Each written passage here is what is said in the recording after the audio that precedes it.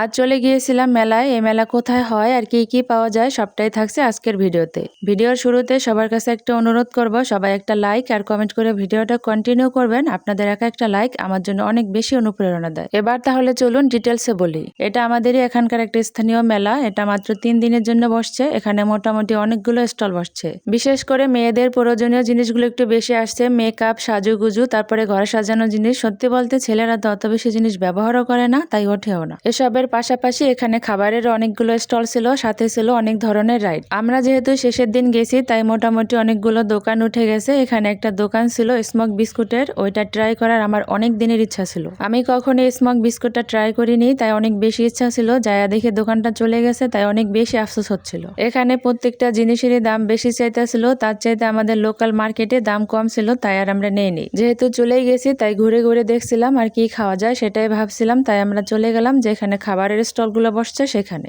এখানে একটা নৌকা রাইড ছিল, যেটা উঠতে আমার অনেক বেশি ইচ্ছা করতেছিল, কিন্তু আমার সাথে যে ছিল অনেক ভয় পাইতেছিল, তাই আর ওঠা হয়নি। দূর থেকে হঠাৎ করে মিষ্টি পানের একটা দোকান দেখলাম, দেখে চোখটা আটকে গেল। আমরা সরাসরি চলে গেলাম সেইখানে। এখন এটা খেতে খেতে বাড়িতে চলে যাব।